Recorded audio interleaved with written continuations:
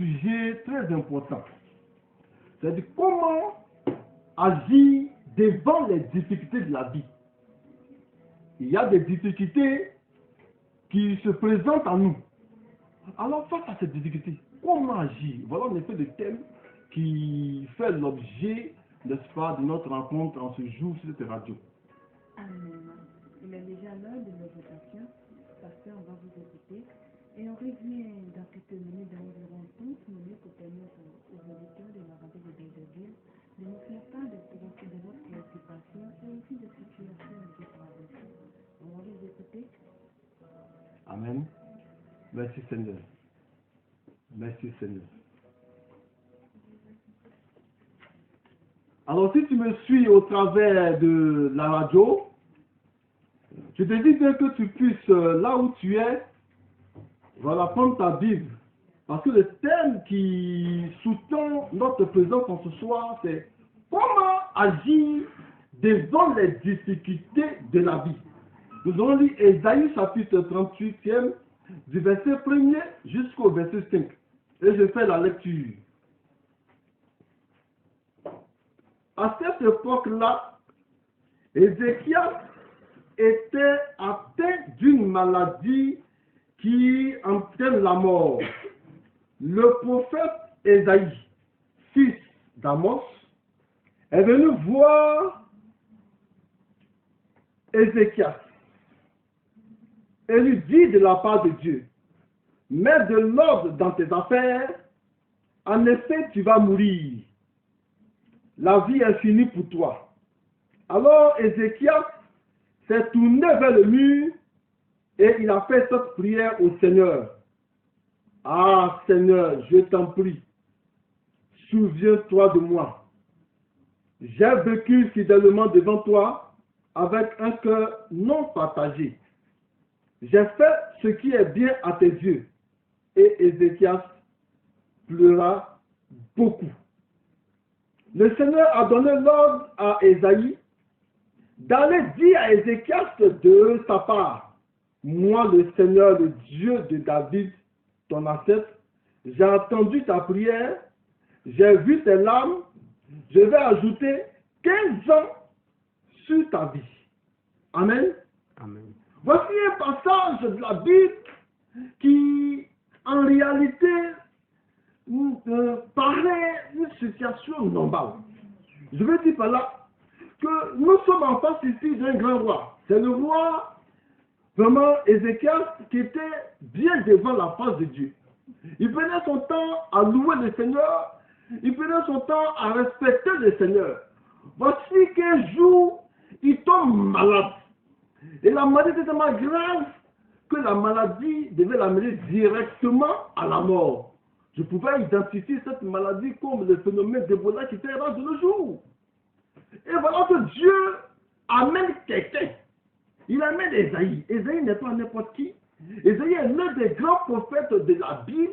Et toutes les prophéties qui sont sorties de la bouche d'Ésaïe se sont réalisées. Ésaïe a annoncé la venue de Jésus-Christ de Nazareth 500 ans avant. Cela se produit exactement. Ésaïe a annoncé la reconstruction du mur de Jérusalem. Cela s'est accompli exactement. C'est quelqu'un qui parle. Et quand il parle de la part de Dieu, aucune personne ne peut mettre en doute ce qu'il dit, parce que cela s'est accompli dans le présent et dans le futur. Voilà que Dieu choisit cette personne qui est Ésaïe pour aller annoncer une nouvelle à un roi. Il rentre chez le roi et lui dit: écoute-moi bien, je viens te parler de la part de Dieu. Ce que je vais t'annoncer, moi-même, ça me fait mal parce que tu es roi. Mais Dieu dit: mets de l'ordre dans ta famille. En somme, l'État dit au roi d'organiser son royaume, de chercher déjà un successeur, de chercher qui va prendre sa place, de chercher comment faire tout ça, de ce sont va être ordonné. Parce que la suite n'est pas bonne. Il dit: tu vas mourir. Dès que Ézéchias a entendu cela, la Bible dit que Ézéchias s'est retourné. Il n'a pas voulu regarder le prophète Ésaïe, de peur d'être influencé par son regard. Je te parle de comment agir devant les situations difficiles. Voici une personne qui reçoit une prophétie venant de Dieu. Il était face à une situation compliquée. Mais Ézéchias ne s'est pas arrêté. Ézéchias n'a pas pleuré. Ézéchias n'a pas dit, c'est fini pour moi. Devant l'adversité, devant ce que tu vis, devant ta maladie, quel que soit ce qu'on dit sur toi, comment tu réagis? Ézéchias s'est retourné vers le mur, il a commencé à parler à Dieu. Il dit, ce n'est pas normal, Seigneur. Cette parole ne m'est pas adressée. Tu peux dire ça à tout le monde, mais moi, tu ne peux pas me le dire. Je ne veux pas mourir. Je refuse cela. Je suis quelqu'un de bien devant toi. Comment tu peux envoyer Esaïe me dire ceci? Je ne peux pas accepter cela. Ézéchias a commencé à prier. Il a commencé à prier. Il a commencé à prier. Pendant qu'il priait, du haut des cieux de Dieu s'est levé. Il dit que quelque chose a fait se passer. Sur la terre, quelqu'un a train de me déranger. Sa prière a train de me faire du bien. Il a regardé dans les cieux. Il a cherché partout. Il dit c'est le roi Ézéchias. Mais qu'est-ce qui se passe? Il parle. Dieu ouvre les écrits des cieux. Et il écoute sa prière. Il dit non. Il faut que je change ta vie. Tu as la possibilité de changer l'ordre des choses. Je ne sais pas quelles sont annoncées sur ta vie. Peut-être qu'on a dit que tu vas pas te marier. Peut-être qu'on t'a dit que tu vas pas avoir d'enfants. Peut-être qu'on t'a dit que tu vas mener à l'échec et que tu ne vas pas réussir. Mais laisse-moi te dire, Ézéchias ne s'est pas laissé distraire. Il a prié à Dieu et Dieu a changé l'ordre des choses. Pendant qu'Ésaïe sortait, Ésaïe même était dans le roman pendant qu'il partait. Mais Dieu dit à Ésaïe, il dit écoute-moi bien, ce que je t'ai dit là, non, va dire maintenant au roi que moi, j'ajoute 15 ans. Ésaïe s'est retourné, il est venu dire au roi, il dit écoute-moi bien, la prière que tu as faite a fait changer l'ordre des choses. La loi spirituelle a changé. Ce qui était sur ta vie a changé. Maintenant, le Dieu ajoute 15 ans. Je te parle de l'an 2015. Nous sommes entrés dans le 7e mois de l'année 2015. Je ne sais pas ce qu'on t'a annoncé, mais laisse-moi te dire qu'en 2015, avant que l'année s'achève, Dieu va ajouter sur ta vie. Il a ajouté 15 ans sur la vie d'Ézéchias. Il a ajouté. Il est le Dieu qui ajoute. Il n'est pas le Dieu qui retranche. L'ennemi, il vient que pour retrancher, il vient que pour détruire. La Bible dit, dans Jean chapitre 10, à partir du verset 10e, que l'ennemi ne vient que pour détruire et égorger. Mais Jésus-Christ vient pour donner la vie, et la vie dans l'abondance. Je dis, quel que soit ce que tu dis, il faut que ta vie soit une vie attaché à Dieu. Alors, comment agir devant les situations difficiles? Comment agir devant les situations de la vie? Il faut que tu puisses prier, changer de mentalité. Mais Ézéchias, pendant qu'il parlait à Dieu, il a dit, Dieu, écoute-moi, je suis quelqu'un de bien. Toujours, je paye ma dîme. Toujours, je suis à l'église. Toujours, j'aide les pauvres. Toujours, j'aide les orphelins. Toujours, je me préoccupe de ton œuvre. Ce n'est pas normal. La prière d'Ézéchias était bonne tout simplement parce qu'Ézéchias était bon devant Dieu. Quelle est ta vie? Comment tu vis ta vie? Tu ne peux pas être dans le péché et dire que Dieu t'a abandonné. Aussi longtemps que tu vis dans le péché, Dieu ne peut pas t'écouter. La Bible dit que lorsque nous prions, Dieu souvent se ferme les yeux, n'est-ce pas, se bouche les oreilles pour ne pas attendre notre prière parce que notre main est achetée. Tu peux le voir cela exactement dans Ésaïe à partir du chapitre 59, du verset 1er au verset 3. Ésaïe 59, verset 1er au verset 3. Lis bien ta Bible. Tu comprends que ta prière n'a d'importance que par rapport à ta vie. Je te parle de comment changer de vie, comment changer de situation. Le sorcier ne peut pas savoir si ta vie est bonne. Alors je t'amène à la repentance. Je t'amène à pleurer et à changer l'ordre des choses. Mais tout en parlant devant Dieu, il faut que tu puisses te parler avec autorité, avec foi. Oh, Ézéchias, c'est quelqu'un de béni. Un roi qui avait tout. Un roi qui dominait sur plusieurs nations. Un roi, quand il parle, tout le monde exécute cela. Ce roi-là, il pouvait dire, maintenant, comme annoncer une telle nouvelle, lui, tel homme de Dieu, venez prier pour moi. Il pouvait dire, lui, il est le roi des rois.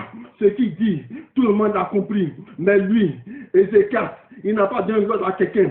Lui-même, il s'est levé. Il a commencé à prier. C'est comme l'image de cette personne qui était assise, qui était là depuis 38 ans, devant la piscine de Bethesda. Dans Jean le chapitre 5e, du verset 1er jusqu'au verset 9e. Cette personne était là depuis 38 ans. Lorsque l'ange descendait pour remuer la piscine, il y avait des gens qui tombaient, mais lui, il ne peut pas tomber. Il y avait des gens qui étaient restaurés, il y avait des gens qui étaient guéris, des Syriens recevaient les guérisons, les parties qui étaient libérés, mais lui était là depuis 38 ans. Jésus le voit. Jésus lui demande, mais qu'est-ce que tu fais là depuis 38 ans? Mais ce n'est pas normal que tu sois là. Mais qu'est-ce que tu fais là? Il dit, oh Jésus, je te parle de Jean chapitre 5. Il dit, oh Jésus, écoute-moi bien. Quand je suis ici là, vraiment, tout le monde m'a abandonné. Il n'y a personne pour m'aider. Mes parents m'ont abandonné. Ma femme m'a laissé. Mes enfants me s'occupent de moi. Il n'y a personne pour m'aider. Il n'y a personne pour me soulever. Il n'y a personne pour me jeter dans la piscine. Voilà l'attitude de cette personne qui a identifié sa bénédiction à la relation qu'il avait aux autres. Comment tu peux t'imaginer que ta bénédiction est dans la main d'autrui? Lui, Dieu lui parle par la bouche de Jésus. Jésus dit, écoute-moi bien, ce n'est pas quelqu'un qui va te soulever. Ce n'est pas quelqu'un qui va te mettre quelque part. Ce n'est pas quelqu'un qui va t'aider. Mais j'ordonne, par le nom puissant du Dieu, lève-toi et marche. La Bible dit que cette personne qui croyait qu'il fallait que quelqu'un puisse venir l'aider pour être libéré, cette personne s'est levée d'un bond et a commencé à marcher. Je te parle de comment agir devant les situations difficiles. Dans ta libération, ta mentalité a de l'importance. Dans ta libération, comment tu penses? Si tu penses que ta vie est liée aux autres, si tu penses que parce que ton oncle a réussi et que ne t'a point fait réussir, si tu penses que ce sont les autres qui doivent te soulever, si tu penses que c'est les autres qui vont te permettre de réussir, tu vas rester là où tu es. Mais il faut que tu puisses changer de l'histoire. Il faut que tu puisses donner un sens à ta vie. Que maintenant, tu puisses savoir que toi-même, tu es le maître de ton destin. Ézéchiel s'est levé. Ézéchiel t'a prié. Parce que Ézéchiel savait que son histoire, c'est lui-même qui faisait son histoire. Comment agir devant les difficultés de la vie? Je t'exhorte dans ce soir, au travers de cette radio. Ne prends pas le temps de m'écouter, mais prends le temps d'écouter Dieu. Parce que ce n'est pas moi, en tant qu'Antoine Aléchi qui te parle. Ce n'est pas moi, en tant que personne humaine qui te parle. Mais c'est Dieu qui te parle. Dieu dit, il faut que ta mentalité soit renouvelée. Il faut que ton esprit change. Ézéchiel t'a prié sur ta vie. Je désire qu'en ce soir, tu puisses prier sur ta vie. Tout à l'heure, tu auras le temps d'appeler au travers d'un numéro qu'on va te donner. Tu auras le temps vraiment de soumettre tes préoccupations à Dieu. Et nous allons prier pour cela. Mais déjà, je désire que ta mentalité puisse changer. Ézéchiel t'a prié et Dieu a changé l'ordre des choses. Écoute-moi bien. Devant les difficultés de la vie, tu as longtemps pleuré, tu as longtemps gémi, longtemps dans ta chambre, tu t'es mise à pleurer, femme qui m'écoute maintenant. Longtemps, parce que ton mari t'a laissé, parce que tu as vu que les difficultés ont commencé à être attachées à toi. Longtemps, tu étais là à la risée de tout le monde. Mais laisse-moi te dire quelque chose, que pendant que tu écoutes ce message, le Dieu des dieux est à l'œuvre pour changer le cours de ton histoire, pour changer ta vie, pour changer ta destinée. Longtemps, tu es malade. Depuis 38 ans, tu as la maladie. Et la science dit que cette maladie est incurable. Et toi-même, tu as formulé dans ta pensée qu'aucune science humaine ne peut guérir la maladie que tu as. Sûrement que tu as le cancer, sûrement que tu as le diabète, sûrement que tu as le sida. Mais laisse-moi te dire que Jésus-Christ de Nazareth, celui-là même que j'ai vu agir, celui-là même que j'ai vu libérer les gens, celui-là même qui opère des miracles, quelles que soient les circonstances, ne peut jamais te laisser là où tu es. Il ne peut jamais te laisser dans ta situation. Il ne peut jamais te laisser dans ta situation. Longtemps tu as Bécherville, longtemps tu as Bassam, longtemps tu as commencé, longtemps tu as Fogoué, et tu te dis que ma situation est finie. Je te dis, laisse-moi te dire quelque chose, que ta situation n'est pas encore finie, parce que le Dieu que nous prions, parce que le Dieu que nous servons, il n'est pas mort, il n'est pas resté dans le tombeau, il est sorti du tombeau victorieux pour changer le cours de ton histoire, pour changer ta vie, pour changer ta destinée, pour changer toutes choses. Longtemps tu échoues aux examens, de telle sorte que toi-même tu as commencé à avoir peur. Quand tu passes un concours, ça ne réussit point. Mais je te dis quelque chose, en ce soir, par la puissance de Dieu, tout cela sera cassé et tout cela sera maintenant sous l'autorité du Saint-Esprit de Dieu. Car la question de comment fait appeler ici l'intervention de Dieu. Voilà une femme dans la Bible qui s'appelle Marie. Cette femme-là ne connaissait point d'homme. Cette femme avait pour fiancé Joseph. Et un jour, l'ange Gabriel apparaît. Et l'ange Gabriel lui dit, écoute-moi très bien, jeune fille. Ésaïe a prophétisé depuis longtemps que l'Emmanuel devait arriver. L'Emmanuel devait arriver. Je te dis quelque chose, que tu seras enceinte et Jésus-Christ de Nazareth viendra pour sauver l'humanité. Elle a demandé simplement à l'ange. C'est dans Luc au chapitre 1er. Mais comment ça va se faire? Comment la situation va s'opérer? Comment les choses puissent se faire? Car je suis vierge, car je n'ai même pas d'homme, et Joseph, selon la religion, ne peut pas aller avec moi. Mais ça s'est passé comment? Comment agir devant les situations de la vie? Voilà que l'ange apporte les révélations. Il dit, écoute-moi très bien, la puissance de Dieu, l'autorité de Dieu, la démonstration de la puissance de Dieu, la démonstration du royaume de Dieu viendra sur toi. Et automatiquement, tu seras enceinte. Et l'enfant qui sortira de toi sera un enfant béni. Mais il a fait ses propos au travers aussi des témoignages. Il dit, c'est pour ça qu'à cousine Élisabeth est enceinte dans sa vieillesse. Et cela fait à peine 6 mois. Car je suis un Dieu qui réalise toutes choses et par moi toutes choses impossibles. Luc chapitre 1er verset 37. L'ange qui est devant Dieu, l'ange qui voit la main de Dieu agir toujours, il dit toutes choses est possible par la grâce de Dieu. Rien n'est impossible. Ta situation n'est pas impossible. Ta situation n'est pas dans le tombeau. Ta situation ne peut pas rester éternellement dans le tombeau.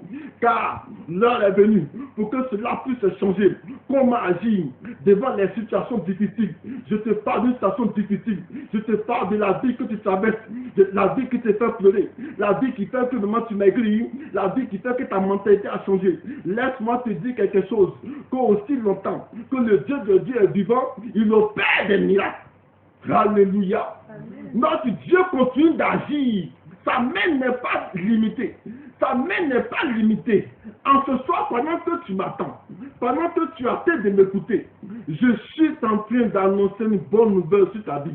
Que ta maladie sera ôtée, que ta stérilité sera ôtée, que le temps est venu pour que le Dieu de Dieu puisse agir pour ta gloire, que la puissance de Dieu va être libérée, parce que le Dieu est glorieux, il est un Dieu puissant, il est un Dieu extraordinaire, il est un Dieu glorieux, il est le Dieu qui ne change point.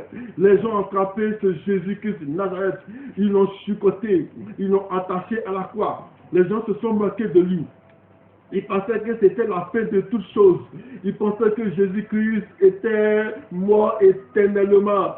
Celui-là même qui n'a rien fait. Celui-là même qui n'a point commis de péché.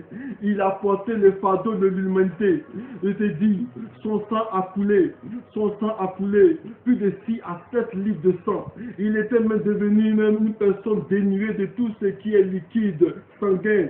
Il était misérable. On ne pouvait plus le reconnaître. À la croix, il a porté ton fardeau. À la croix, il a porté ta maladie. À la croix, il a porté ta difficulté.